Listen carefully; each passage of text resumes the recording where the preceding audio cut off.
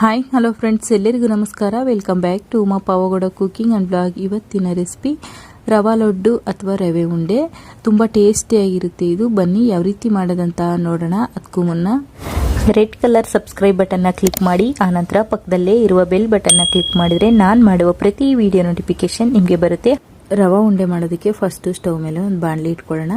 2 ರಿಂದ 3 table spoon ಆಗುವಷ್ಟು ತುಪ್ಪ ಹಾಕೊಳ್ಳೋಣ. ಇಲ್ಲಿ ನಾನು ಒಂದು 5 ರಿಂದ 6 ಬಾದಾಮಿ, ಒಂದು 10 ಗೋಡಂಬಿ, ಒಂದು 15 ರಿಂದ 20 ಒಣ ದ್ರಾಕ್ಷಿ ತಗೊಂಡಿನಿ. ಈಗ ಈ ಬಾದಾಮಿ ಗೋಡಂಬಿನ ಸ್ವಲ್ಪ ಚೆನ್ನಾಗಿ ಫ್ರೈ ಮಾಡ್ಕೊಳ್ಳೋಣ. ಬಾದಾಮಿನ ಸ್ವಲ್ಪ ಚಿಕ್ಕದಾಗಿ ಕಟ್ ಮಾಡಿ ಇಟ್ಕೊಂಡಿನಿ. ಗೋಡಂಬಿನ ಅಷ್ಟೇ 2 ಭಾಗ ಮಾಡಿ ಹಾಕೊಂಡಿದ್ನಿ. ಈಗ ಒಣ ದ್ರಾಕ್ಷಿ ಹಾಕೊಳ್ಳೋಣ. ಒಣ ದ್ರಾಕ್ಷಿ ಹಾಕಿದ್ಮೇಲೆ ಜಾಸ್ತಿ ಫ್ರೈ ಮಾಡೋಕ್ಕೆ ಹೋಗಬಾರ್ದು, ಸೀದಾಗುತ್ತೆ. ನೋಡಿ, ಈ ಮೂರೂ ಚೆನ್ನಾಗಿ ಫ್ರೈ ಆಗಿದೆ. ಈಗ ಒಂದು ಪ್ಲೇಟ್ಗೆ ತಕ್ಕೊಳ್ಳೋಣ. ಈ ರೀತಿ ತಕ್ಕೊಂಡು ಈಗ ಇದರಲ್ಲೇ ರವೆ ಹಾಕ್ಕೊಳ್ಳೋಣ. ಇಲ್ಲಿ 2 ಕಪ್ ಆಗೋಷ್ಟು ರವೆ ಬಳಸ್ತಾ ಇದ್ದೀನಿ. ಮಾಮೂಲಿ ಉಪ್ಪಿಟ್ಟು ಮಾಡ್ತೀವಲ್ವ ಆ ರವೆ.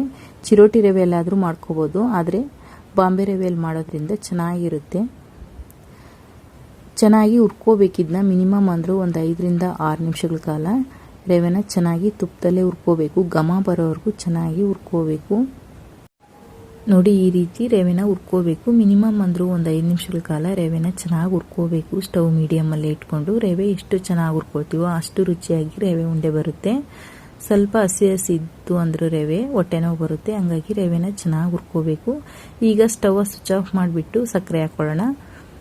2 ಕಪ್ ರವೆಗೆ 2 ಕಪ್ ಆಗುವಷ್ಟು ಸಕ್ಕರೆ ಬಳಸ್ತಾ ಇದ್ದೀನಿ. 2 ಸಮ ಪ್ರಮಾಣದಲ್ಲಿ ಬಳಸ್ತಾ ಇದ್ದೀನಿ. ಯಾಕಂದರೆ ಕೊಬ್ಬರಿನೂ ಹಾಕೋದ್ರಿಂದ 2 ಸಮ ಪ್ರಮಾಣದಲ್ಲಿ ಬಳಸ್ತಾ ಇದ್ದೀನಿ. ಕೊಬ್ಬರಿ ಹಾಕಿಲ್ಲ ಅಂದರೆ 1/4 ಕಪ್ಪು ಸಕ್ಕರೆ ಬಳಸಬೇಕಾಗುತ್ತೆ.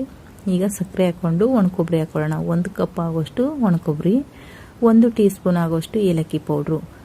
ಸ್ಟವ್ ಸ್ವಿಚ್ ಆಫ್ ಮಾಡಿಬಿಟ್ಟೆ ಹಾಕೋಬೇಕಾಗುತ್ತೆ ಒಣ ಕೊಬ್ಬರಿ ಮತ್ತು ಸಕ್ಕರೆ ಎಲ್ಲನ.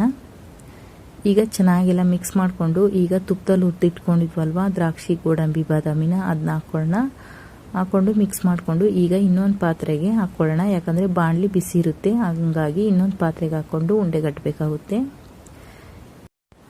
ಈಗ 2 ಕಪ್ ರವೆ, 2 ಕಪ್ ಸಕ್ಕರೆಗೆ ಅರ್ಧ ಕಪ್ ಆಗೋಷ್ಟು ಹಾಲು ಬೇಕಾಗುತ್ತೆ. ಕಾಯಿಸಿರೋ ಹಾಲು ಸ್ವಲ್ಪ ಬಿಸಿ ಇರಬೇಕು. ಸ್ವಲ್ಪ ತಣ್ಣಗಾದ್ರೂ ಉಂಡೆ ಕಟ್ಟೋಕ್ಕೆ ಅಷ್ಟೊಂದು ಚೆನ್ನಾಗಿರಲ್ಲ. ಹಂಗಾಗಿ ಸ್ವಲ್ಪ ಬಿಸಿ ಹಾಲೇ ಹಾಕ್ಕೋಬೇಕು. ಇಲ್ಲಿ ನಾನು ಒಂದೇ ಸಲ ಮಿಕ್ಸ್ ಮಾಡ್ಕೊಳ್ತಾ ಇದ್ದೀನಿ ರವೆ ಮತ್ತು ಹಾಲೆಲ್ಲನ.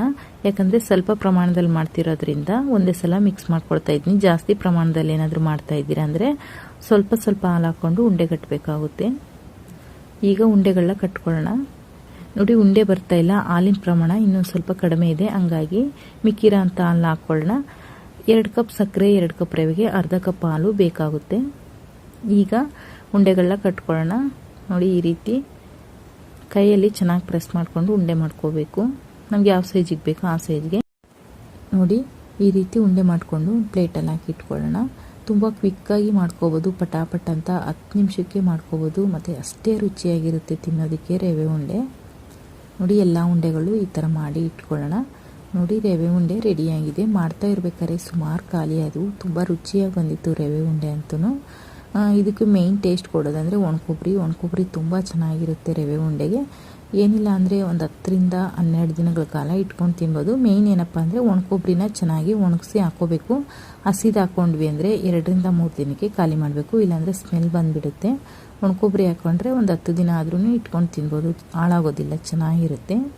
ನೋಡಿದ್ರಲ್ವ, ಈಸಿಯಾಗಿ ರುಚಿಯಾಗಿ ಯಾವ ರೀತಿ ರವೆ ಉಂಡೆ ಮಾಡೋದಂತ. ಈ ರೆಸಿಪಿ ನಿಮಗೆ ಇಷ್ಟವಾದರೆ ಲೈಕ್ ಮಾಡಿ, ಕಮೆಂಟ್ ಮಾಡಿ, ಶೇರ್ ಮಾಡಿ. ಇನ್ನೂ ಚಾನಲ್ ಸಬ್ಸ್ಕ್ರೈಬ್ ಆಗಿಲ್ಲ ಅಂದರೆ ಸಬ್ಸ್ಕ್ರೈಬ್ ಆಗಿ.